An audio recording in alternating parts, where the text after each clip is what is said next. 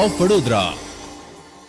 Baroda heart and research institute અને ટ્રાયકલર hospitals દ્વારા સંયુક્તપણે patient wellness navigator પ્રોગ્રામનું આયોજન કરવામાં આવ્યું હતું, જેમાં 60-70થી પણ વધુ દર્દીઓએ ભાગ લીધો હતો. આ કાર્યક્રમ વિશે doctor Devender Singh, senior consultant cardiovascular and thoracic સર્જને જણાવ્યું હતું કે પેશન્ટ વેલનેસ નેવિગેટર પ્રોગ્રામ અમારા સાથી પેશન્ટ્સ માટે જોડાવા અને એમને જીવનમાં વિજયની વાર્તાઓને અમારા સાથે શેર કરવાની અદ્ભુત તક આપશે.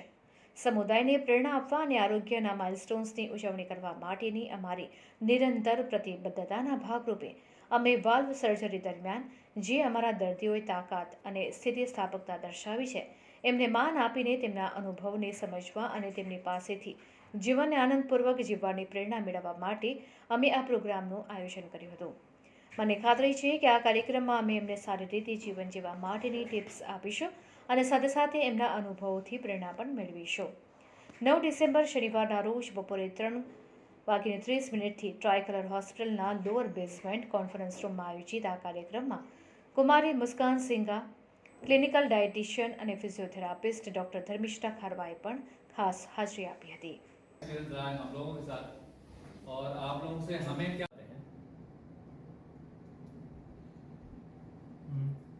और वो कीटाणु जो है हाउ आप अपनी लाइफ को कैसे बेटर कर सकते हो विद बचपन में गले में इन्फेक्शन करता हूँ यहाँ पे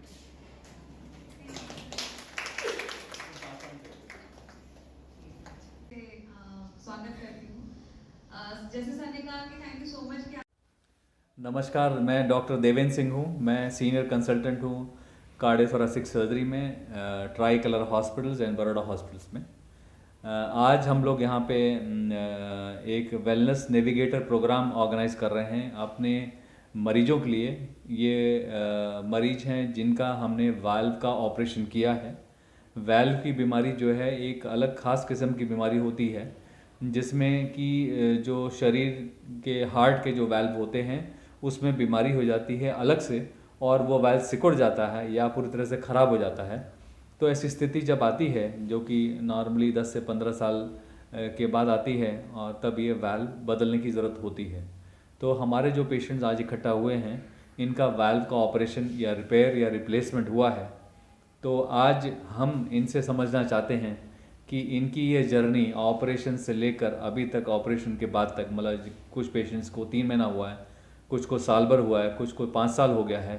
तो ये जर्नी कैसी रही है, इनमें क्या दिक्कतें आई हैं और क्या सहूलत मिली है इनको, और हम इनसे सीखना चाहते हैं, समझना चाहते हैं कि हम इनको और कैसे मदद करें और हमारी मदद से इनकी ज़िंदगी में कैसे बेहतरी हुई है, और ताकि एक हॉस्पिटल और एक हमारा समुदाय कैसे मदद कर सकता है इनको आगे, हम इनसे सीख लेना चाहते हैं, और ताकि हम इनको और अच्छे से मदद कर सकें. सर ये बीमारी कैसे होती है वाल्व? हार्ट की जो वाल्व की बीमारी है, अधिकतर केसेस में हम बोलते हैं इसको रोमेटिक हार्ट डिजीज़ बोलते हैं. बचपन में गले में खराश हो जाता है, जो फेरेंजाइटिस बोलते हैं, वो इन्फेक्शन जो होता है स्ट्रेप्टोकोकल इन्फेक्शन, तो उसके कीटाणु जो सर्कुलेट करते हैं शरीर में, तो उसके अगेंस्ट एंटीजन जो होता है, उसके अगेंस्ट एंटीबॉडी निकलता है शरीर से. ये एंटीबॉडी वाल्व के ऊपर बैठ जाता है और वाल्व को डैमेज करता रहता है. एक बार जब वाल्व डैमेज हो जाता है तो धीरे धीरे उसमें चेंज आने लगते हैं, और 10 से 15 साल के अंदर वाल्व पूरी तरह से ख़राब हो जाता है. या तो वाल्व सिकुड़ जाता है तो उसको स्टेनोसिस बोलते हैं, या वाल्व फैल जाता है तो उसको रीगर्जिटेशन बोलते हैं. जब सिकुड़ता है तो उसमें आगे खून जाना बंद हो जाता है, कम हो जाता है. जब फैल जाता है तो खून पीछे फेफड़े के अंदर जाता है. तो दोनों तरह की बीमारी में जब 10 से 15 साल निकल जाता है तो वाल्व रिपेयर या रिप्लेसमेंट करने की ज़रूरत होती है.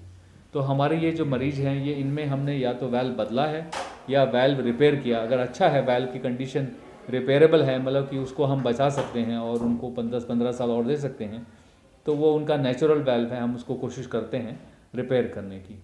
तो इस प्रोसेस में, क्योंकि वाल्व की बीमारी पुरानी बीमारी होती है, तो पेशेंट को रिकवरी में टाइम लगता है. हार्ट में जो चेंजेस हो जाते हैं 10-15 साल में, तो उसको धीरे धीरे वो नॉर्मल होते हैं.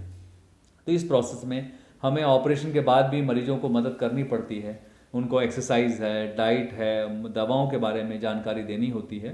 और इस जर्नी में हम जानना चाहते हैं कि उनको क्या तकलीफ़ें हुई और हमसे क्या मदद मिली या हमसे और क्या एक्सपेक्टेशन है उनकी कि as a hospital as doctor हम उनकी क्या मदद कर सकें, कैसे उनकी ज़िंदगी हम बेहतर कर सकते हैं।